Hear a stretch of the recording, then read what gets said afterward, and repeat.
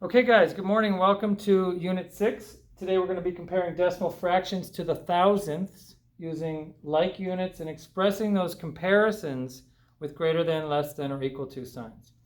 We're going to be using the place value a lot today, so I'm going to get started. And I want to compare two numbers right now, two whole numbers.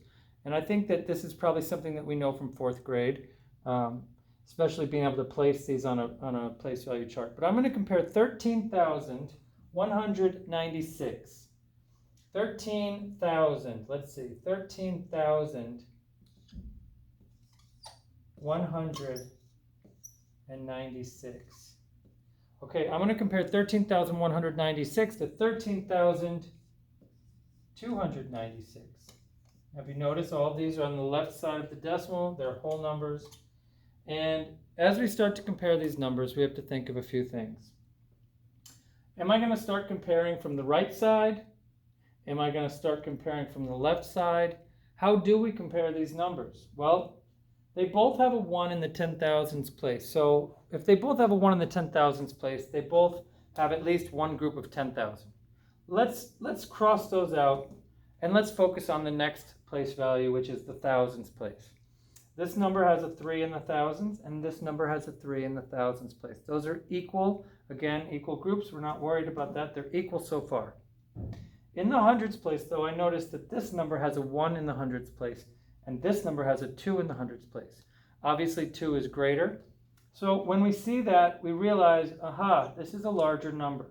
If I was to count on from 13,196, I would eventually get to 13,296, 100 numbers later. Another way to compare these numbers, and it's more useful with decimals, is to rename them and to talk about renaming with the unit name. So here I have 10,000. Here I also have 10,000. Here I have 3,000. Here I have 3,000. Here I have 200. Here I have 100. As long as we're comparing from the left to the right, because these are larger place values and have a higher value, we're going to be okay. What we don't want to do is start comparing from the smallest place value.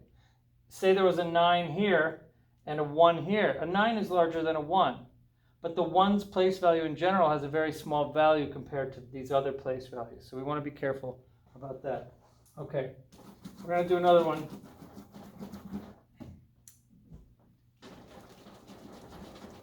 And this time we're going to be using decimals. So this one is going to be 12 thousandths. And my other number I'm comparing is 2 thousandths. So here I have 12 thousandths, and down here I have 2 thousandths. Now we're going to use the same strategy. We're going to move from left to right. And because they're on a place value chart, they're all nicely lined up. And we can see they both have 0 ones. That's equal. They both have 0 tenths. That's equal. So we're going to keep going. When we get to the hundreds place, we notice the top number has a 1 in the hundreds place. There's one group of hundredths where the other number has a 0. So as we said, when we're moving from left to right, it's that first difference that we see. Same. Aha, here's a difference.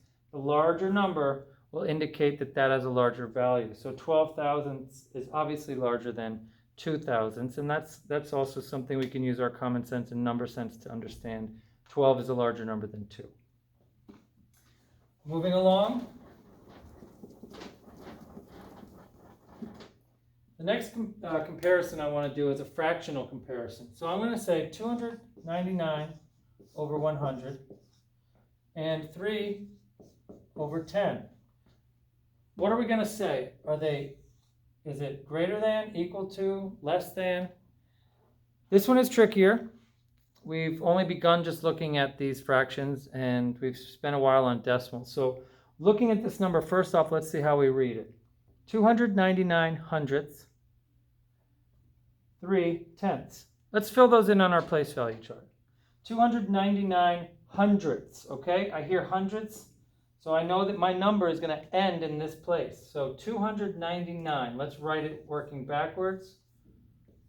299 hundredths is actually 2 and 99 hundredths.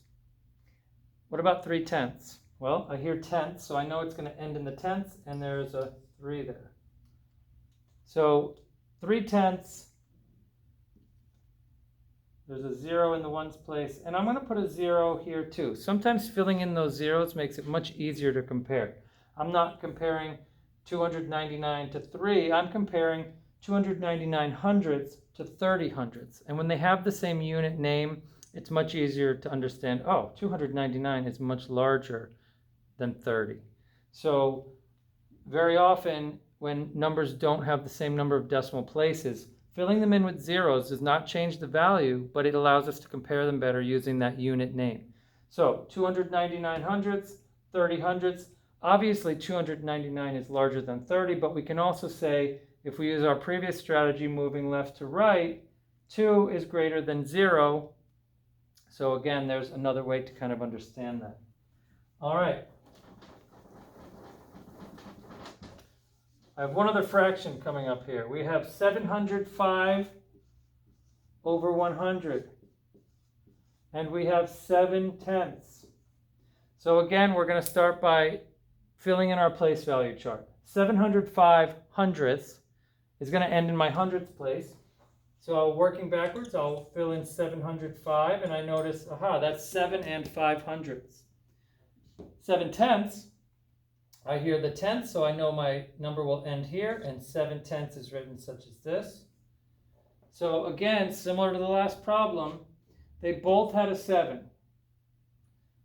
One thing I notice as I'm working on this problem is this 7 is less than the denominator. The numerator is smaller than the denominator.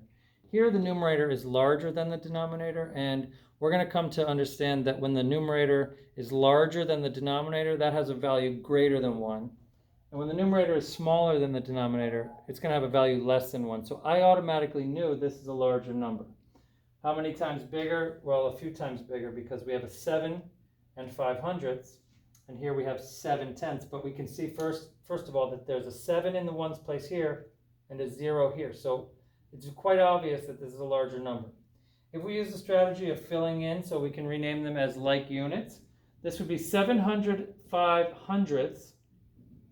This would be 70 hundredths. What's bigger, 705 or 70? 705 is a larger number.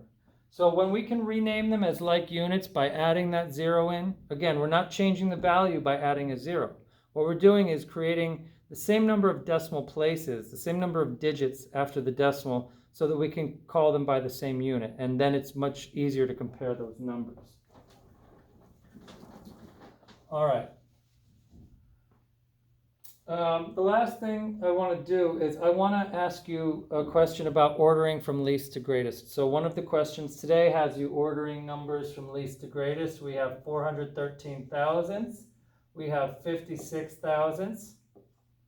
We have 164 thousandths. We have 531 thousandths. So as I look at these numbers, I'm thinking about a lot of different things. I see that they all have 3 digits after the decimal. So it's going to be kind of easy to compare them in that when I read these numbers, they're all going to be in the thousands. So I can just kind of compare their numerical value to understand where they might fall. But I'm going to put them on a place value chart. And I want to go from least to greatest. So I'm going to say to myself, what do I know? I know that the furthest place to the left is the greatest value, right? So here I see a 4, a 0, a 1, and a 5. So I'm going to take the one with the 0 first, because I have a feeling that might be the least value, the smallest value. 0 and 56 thousandths. I see a 1 in this one, so I'm going to put that one second. So I put 0 and 164 thousandths. A 4 in the tenths place here, a 5 in the tenths place there. I'm going to do this one next. 0 and 413 thousandths. And last is 0 and 531 thousandths. So what I'm going to do is go back to that strategy where we look from the largest place value, which here is the ones, all zeros, all equal. I move to the next place value, which is tenths, and I see 0, 1, 4, 5. They are all different. So that means it's going to be very easy to order them at this place. 0 is the least, 1 is the next largest, 4 is bigger than that, and 5 is the largest. So that is already in order from least to greatest. It matters not what the other place values in the hundredths and thousandths do, because we've discovered the differences here in the tenths already allow us to order those from least to greatest.